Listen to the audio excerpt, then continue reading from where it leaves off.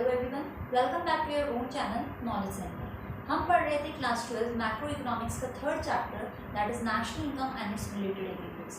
और आज जो है हम जो भी बचे हुए टॉपिक्स हैं उनको डिस्कस करेंगे। We are going to finish this chapter today itself. कुछ हमारे एंड के जो टॉपिक्स हैं उनमें पहला टॉपिक है जीडीपी डिफ्लेटर। जीडीपी डिफ्लेटर मतलब क्या होता है? Ratio between GDP at current prices and GDP at constant prices.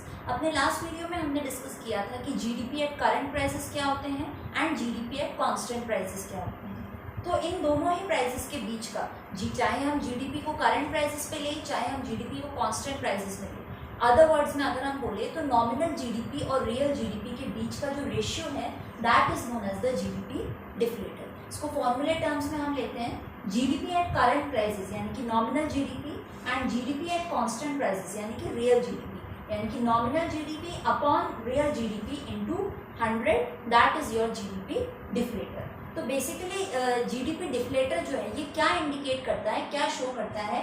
Change in your GDP due to change in the price level. भाई प्राइस लेवल के अंदर जो भी इंक्रीज आया है, राइज हुआ है, जो भी चेंज हुआ है उसकी वजह से जीडीपी के अंदर जो चेंजेस आएंगे that is shown through GDP deflator. And price index and GDP deflator ये दोनों जो है सेम कॉन्सेप्ट है। अपने लास्ट वीडियो में हमने डिस्कस किया था प्राइस इंडेक्स और उससे रिलेटेड न्यूमेरिकल्स भी हमने किए थे। So price index and GDP deflator are the same thing.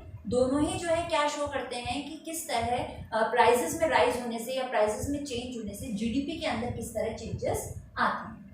Next देखो एक एग्जांपल से समझते हैं। नॉमिनल जीडीपी हमें गिवन है 100 एंड रियल जीडीपी हमें गिवन है 50।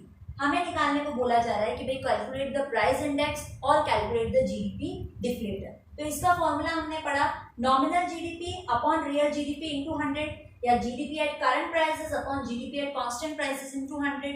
तो हमने इसी तरीके से कैलकुलेट किया। नॉमिनल जीडीपी हमें गिवन था 100, रियल जीडीपी हमें गिवन था 50 इनटू 100। तो हमारा जीडीपी डिफ्लेटर की वैल्यू आई 200 या यूं कह लीजिए हमारे प्राइस इंडेक्स की वैल्यू आई 200। न्यूमेरिकल क्वेश्चन आपको जो भी एग्जाम में पुटअप किया जाता है उसमें आपका ये टर्म्स भी यूज कर सकते हैं भाई कि real GDP and nominal GDP is given to you, या they can ask in other way that GDP at current prices and GDP at constant prices are given to you. दोनों ही terms में formula जो है आपके mind में होना चाहिए। सो ये तो तरीका हो गया कि किस तरह हमें जो है जीडीपी डिफ्लेटर को कैलकुलेट करना है। अब हमने लास्ट वीडियो में भी डिस्कस किया था कि नॉमिनल जीडीपी और रियल जीडीपी दोनों को ही पढ़ के और समझने के बाद जो कंक्लूजन हमने ड्रॉ किया था वो क्या था कि real GDP is a better price constant. Real GDP जो है एक बेटर प्राइस कांस्टेंट है क्योंकि वो वेलफेयर का इंडिकेटर है। रियल जीडीपी अगर बढ़ता है तो वो दिखाता है कि आपका डेवलपमेंट बढ़ रहा है, आपका वेलफेयर बढ़ रहा है।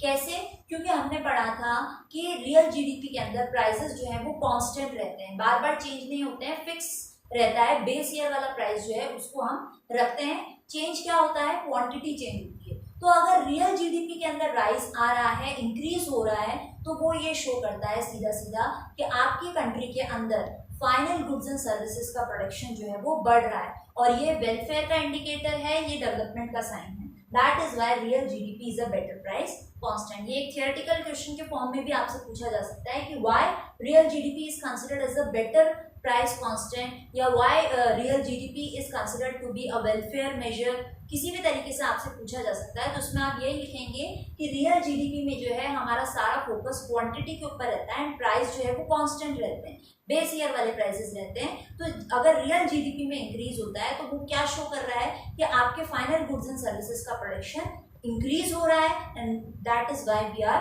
आवर इकोनॉमी इज डेवलपिंग और हमारा वेलफेयर जो है वो भी बढ़ रहा है। नाउ जो लास्ट टॉपिक है हमारे थर्ड चैप्टर का that is GDP and welfare, यानी कि इस टॉपिक के अंदर हम पढ़ेंगे कि जीडीपी जो है किस हद तक वेलफेयर को इंडिकेट करता है, वेलफेयर आपकी इकोनॉमी के डेवलपमेंट को जो है वो शो करता है। तो अभी तक हमने पढ़ा कि रियल जीडीपी जो है वो वेलफेयर का इंडिकेटर है। क्यों? क्योंकि रियल जीडीपी जो है वो क्वांटिटी के ऊपर फोकस करता है, ना कि प्राइस के ऊपर। तो हमने अभी तक इसके सारे जो है एडवांटेजेस के बारे में पढ़ा है, जीडीपी के जो भी फायदे हैं उनके बारे में पढ़ा है कि किस तरह जीडीपी हमारे लिए एक अच्छा मेजर है। अब हम पढ़ेंगे इसकी लिमिटेशंस के बारे में कि जीडीपी के अंदर क्या क्या कमियां हैं। जीडीपी से ऐसी कौन सी चीज़ें हैं जो शो नहीं हो पाती हैं, जो हाईलाइट नहीं हो पाती हैं, जो कैलकुलेशन में इंक्लूड नहीं हो पाती हैं, और जिसकी वजह से हम ये नहीं कह सकते कि जीडीपी का जो कैलकुलेशन है वो बिल्कुल एक्यूरेट हुआ है। ये जो मिसिंग चीज़ें हैं उनके बारे में हम पढ़ते हैं। कहने का मतलब है क्या क्या लिमिटेशंस हैं जीडीपी के, जो कि जीडीपी को एक बेस्ट वेलफेयर मेजर बनने से रोकते हैं। पहली लिमिटेशन है हमारी अनइक्वल डिस्ट्रीब्यूशन ऑफ इनकम। भाई जीडीपी के अंदर हम क्या लेते हैं, फाइनल गुड्स एंड सर्विसेज जितने भी प्रोड्यूस हुए हैं ड्यूरिंग एन अकाउंटिंग ईयर, सब हमने जीडीपी की कैलकुलेशन में जो है वो ले लिए। लेकिन हम ये जानते हैं कि इंडिया के अंदर इनकम का जो डिस्ट्रीब्यूशन है वो अनइक्वल है। कुछ पर्टिकुलर लोग जो है वो बहुत ज़्यादा रिच हैं और बहुत बड़ा प्रपोर्शन है उन लोगों का जो कि मिडिल क्लास है या बीपीएल कैटेगरी वाले हैं या इवन उससे भी नीचे हैं। कई लोग ऐसे हैं जो बीपीएल कैटेगरी से भी नीचे हैं, स्टारवेशन की वजह से उनकी डेथ हो जाती है, हंगर की वजह से उनकी डेथ हो जाती है। और हमारे इंडिया में ये प्रोपोर्शन काफ़ी बड़ा है। पॉवर्टी हमारे नेशन की एक बहुत बड़ी प्रॉब्लम रही है सिंस इंडिपेंडेंस। तो हम कह सकते हैं कि इंडिया में जो है अनइक्वल डिस्ट्रीब्यूशन है इनकम का। तो हम जब भी कैलकुलेशन कर रहे हैं फाइनल गुड्स एंड सर्विसेज का, हम जो है बहुत बड़ा जो प्रोपोर्शन है पुअर पीपल का, उसका एस्टिमेशन प्रॉपर नहीं कर पाते हैं, उनको हम इंक्लूड नहीं कर पाते हैं। तो हम कह सकते हैं कि जीडीपी का हमारे पास जो भी मेजरमेंट आ रहा है दैट इज इनएक्यूरेट, क्योंकि बहुत सारे लोग हैं जिनको हम मिस कर जा रहे हैं। Next is composition of GDP.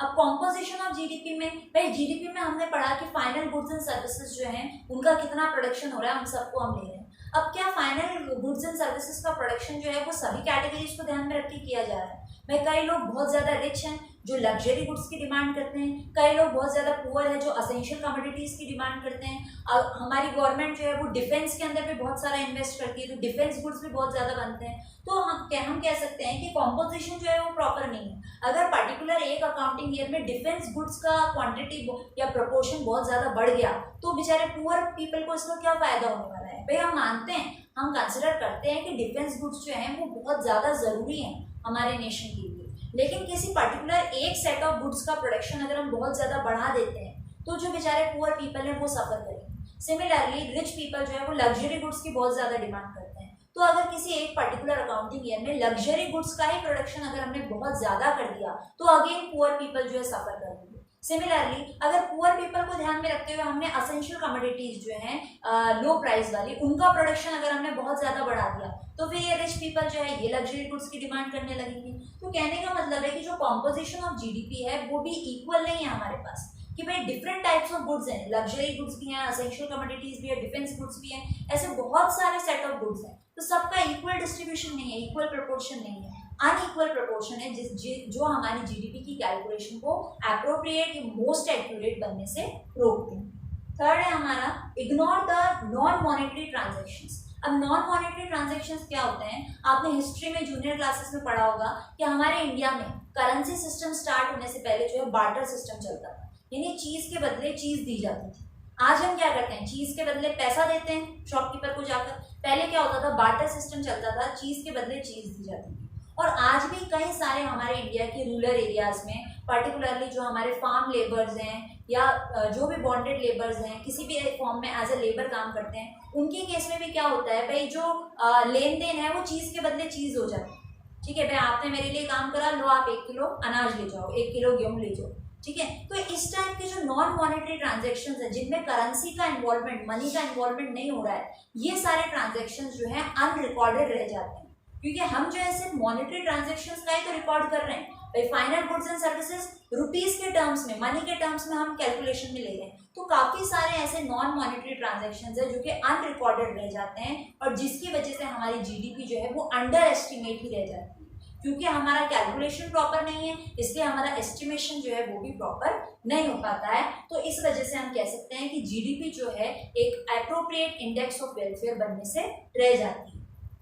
Last point है हमारा एक्सटर्नैलिटीज। एक्सटर्नैलिटीज मतलब क्या होता है, good and bad impact of a product और सर्विस। वह हमने लोगों के वेलफेयर के लिए, सोसाइटी के वेलफेयर के लिए कोई भी प्रोडक्ट बनाया या कोई भी सर्विस हम लोगों को दे रहे हैं, अब उसके नेगेटिव इम्पैक्ट भी पड़ सकते हैं एज वेल एज उसके पॉजिटिव इम्पैक्ट भी पड़ सकते हैं। जैसे मान लीजिए गवर्नमेंट ने एक गार्डन बनाया, एक पार्क बनाया, तो सभी लोग जो है नेशन के जितने भी सिटीजन्स हैं उस एरिया के, सब उसको यूटिलाइज कर रहे हैं। तो कहने का मतलब है कि वो एक पॉजिटिव इन्फ्लुएंस डाल रहा है, एक गुड इम्पैक्ट डाल रहा है सोसाइटी के ऊपर। सिमिलरली हमने बहुत सारी जो है इंडस्ट्रीज सेटअप कर दी। अब वो इंडस्ट्रीज जो है essential goods and services provide कर रही हैं, पॉजिटिव इम्पैक्ट डाल रही हैं, साइड बाय साइड वो पॉल्यूशन भी बहुत ज्यादा कर रही है, एनवायरनमेंट को डिग्रेड कर रही है, एनवायरनमेंट के रिसोर्सेज को एक्सप्लॉइट कर रही है, तो नेगेटिव इम्पैक्ट भी डाल रहा है। यानी एक काम जो गवर्नमेंट ने वेलफेयर के लिए किया, लोगों की भलाई के लिए किया, जीडीपी को इंक्रीज करने के लिए किया, उस काम की वजह से पॉजिटिव इम्पैक्ट भी पड़ रहा है और नेगेटिव इम्पैक्ट भी पड़ रहा है। तो these such type of examples are known as externalities, कि किसी भी जो आपका गुड एंड सर्विसेज है, ये देखना है कि उसका गुड इफेक्ट पड़ रहा है या बैड इफेक्ट पड़ रहा है। So all these were the limitations जो कि जीडीपी को एक most appropriate index of welfare बनने से रोक रही।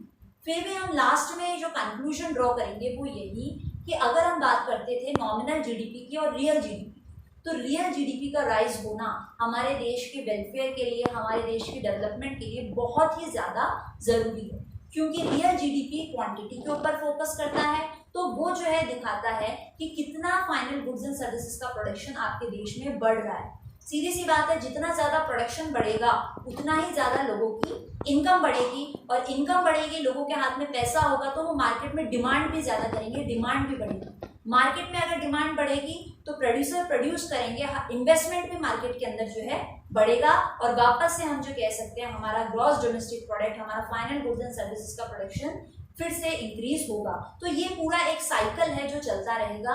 इसीलिए देश के डेवलपमेंट, देश के वेलफेयर के लिए रियल जीडीपी का राइज होना बहुत ज्यादा जरूरी है। So here we have come to an end of the third chapter, that was national income and its related agreements.